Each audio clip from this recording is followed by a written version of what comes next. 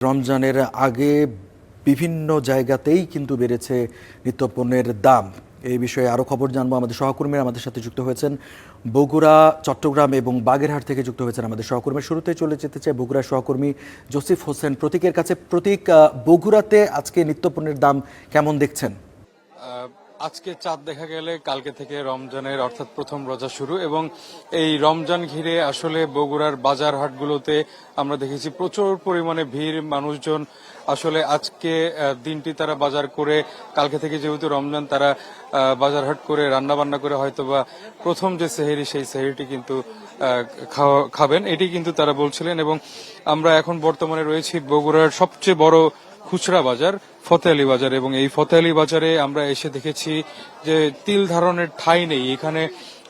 ক্রেতাদের সমাগমে আসলে কাঁচা বাজার যেমন ভর্তি, ঠিক একই রকম ভাবে আমরা মুরগি এবং গরুর মাংস যে ভাগগুলো রয়েছে সেখানেও গিয়েছি, সেখানেও কিন্তু প্রচুর পরিমাণে ক্রেতা সমাগম দেখেছি।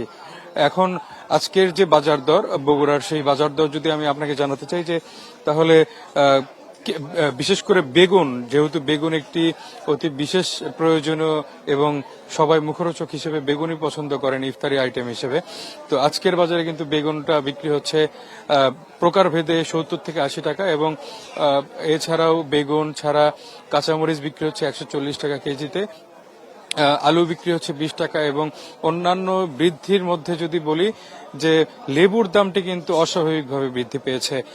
গেল কয়েকদিনের তুলনায় আজকের বাজারে লেবু প্রায় 20 টাকা হালি প্রতিতে বেড়েছে, এবং আজকে বিক্রি হচ্ছে সেটি 80 টাকা হালিতে, অর্থাৎ প্রতি পিস লেবুর দাম কিন্তু 20 টাকায় বিক্রি হচ্ছে আমরা যতদূর জানতে পেরেছি। এবং একই সাথে অন্যান্য যে পণ্য রয়েছে ইফতারির মধ্যে, তার মধ্যে ছোলা, চিনি এবং যে মশলা জাতীয় পণ্যগুলো রয়েছে সেগুলোরও কিন্তু দাম বেড়েছে। চিনি বিক্রি হচ্ছে 5 টাকা কেজিতে বৃদ্ধি পেয়ে আজকের বাজারে 105 থেকে 110 টাকা, এবং ছোলা বিক্রি হচ্ছে 90 থেকে 100 টাকা পর্যন্ত। এছাড়া বেসন, যেটি আসলে প্রত্যেকটি ভাজা পরোতেই প্রয়োজন হয়, সেই বেসনও কিন্তু বিক্রি হচ্ছে 140 থেকে 180 টাকা প্রকারভেদে। এবং আপনাকে যদি আমি একটু জানাতে চাই যে মুরগির বাজারের দাম, তাহলে পাকিস্তানি মুরগি বিক্রি হচ্ছে 280 টাকা কেজি প্রতি, এবং ব্রয়লার মুরগি বিক্রি হচ্ছে 180 টাকা কেজি প্রতিতে। একই সাথে গরুর মাংস বিক্রি হচ্ছে 750 থেকে 800 টাকা বিভিন্ন স্থান ভেদে। এবং এখানে আসলে বগুড়ার যে বাজার হাটগুলো সেগুলো কিন্তু মনিটরিং এর জন্য ভোক্তা অধিদপ্তর থেকে শুরু করে জেলা প্রশাসনের সমন্বয়ে একটি মনিটরিং টিম গঠন করেছে, এবং মনিটরিং সেলের মাধ্যমে তারা বিভিন্ন বাজার হাট পরিদর্শন করছেন। তারা বলছেন যে আগামী এই রমজানে যাতে কোনো ধরনের ভোগ্যপণ্যের দাম হুট করে বেড়ে না যায় সেই ব্যবস্থা কিন্তু তারা নিচ্ছেন। একই সাথে সিন্ডিকেট যাতে কেউ করতে না পারে সেই বিষয়ে কিন্তু তারা নজরদারি রাখছেন।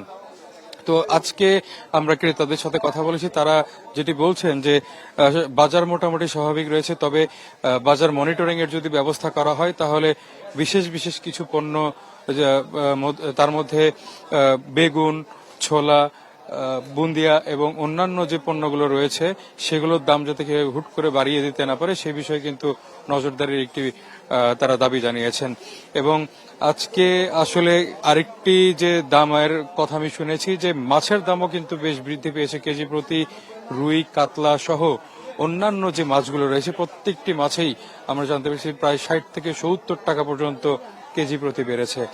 এবং এই জেলা প্রশাসনের সমন্বয়ে যে ভোক্তা অধিদপ্তর টিম কাজ করছে, তারা যেটি বলছেন যে শুধুমাত্র যে বাজার হাট আছে সেগুলোই নয়, তারা দিনের সাথে বাড়তে যেহেতু প্রসাধনী এবং পোশাকের কেনাকাটাও শুরু হবে সেদিকেও কিন্তু তারা নজরদারি রাখবেন বলে আমরা জানতে পেরেছি।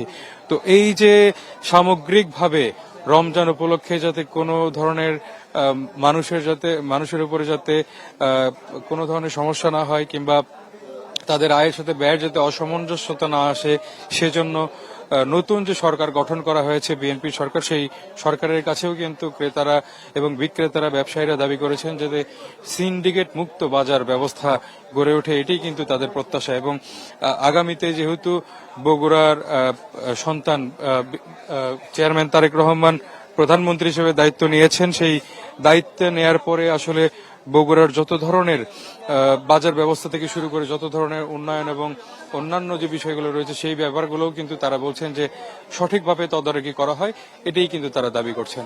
তো এই ছিল আমার কাছে বগুড়ার রমজানের আগে বাজার থেকে সর্বশেষ খবর। প্রতীক, আপনাকে ধন্যবাদ। এবং আপনার যে স্থানীয় যারা আছেন বগুড়া, তাদের সাথে আসলে একমত।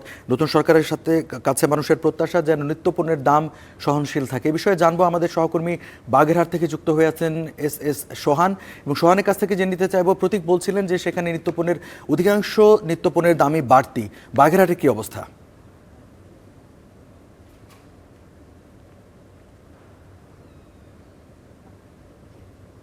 বাগেরহাটে রমজান উপলক্ষে যদি বলি, সেক্ষেত্রে কিছু সবজির দাম এবং মাছের দাম কিন্তু এখানে বৃদ্ধি পেয়েছে। আমরা যদি একটু সরাসরি দাম বলতে চাই, আর বাগেরহাটে শসা, বেগুন, টমেটো এবং কাঁচা মরিচ, এর সাথে লেবুর দামটা বেশ বৃদ্ধি পেয়েছে। আজকে শসা বিক্রি হচ্ছে কেজিতে 90 থেকে 100 টাকা পর্যন্ত। এটা যদি 2 দিন আগের কথা বলি, সে দাম ছিল 50 থেকে 60 টাকা। বেগুন বিক্রি হচ্ছে আজকে 70 থেকে 80 টাকা। আর এই বেগুন ছিল 30 থেকে 40 টাকা। লেবু বিক্রি হচ্ছে 15 থেকে 20 টাকা পিচ। আহ, কিন্তু কয়েকদিন আগেও আম, এক হালি অর্থাৎ 4 পিস লেবু পাওয়া যেত 15 থেকে 20 টাকায়। আর এছাড়া অন্য যেসব সবজি রয়েছে সেগুলোর কিন্তু দাম অপরিবর্তিত রয়েছে বাগেরহাটে। অন্যদিকে আমরা যদি মাছের কথা বলি, তাহলে বাগেরহাটে সব থেকে বেশি বেড়েছে মাছের দাম। আহ, আহ, কোনো কোনো মাছে কেজিতে 50 থেকে 200 টাকা পর্যন্ত বৃদ্ধি পেয়েছে। বাগেরহাটে পাতারি মাছ অর্থাৎ ভেটকি মাছ কিন্তু 4 থেকে 500 টাকা কেজিতে বিক্রি হচ্ছিল।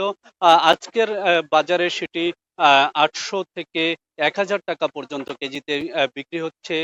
এর পাশাপাশি বাগেরহাটের স্থানীয় যে মাছ রয়েছে, টেংরা, পাশা, শোল, টাকি, কই, এসব মাছও কিন্তু 25 থেকে 50 টাকা পর্যন্ত কেজিতে বেশি বিক্রি হচ্ছে। অন্যদিকে বাগেরহাটের বাজারে ছোলা, পেঁয়াজ, রসুন, চিনি এবং মুড়ির দাম কিন্তু অপরিবর্তিত রয়েছে। আজকের বাজারে ছোলা বিক্রি হচ্ছে 80 টাকা করে, মুড়ি আগের মতোই 100 টাকা করে, চিনি 100 টাকা করে, পেঁয়াজ কেজিতে 55 টাকা এবং রসুন বিক্রি হচ্ছে 140 টাকা করে।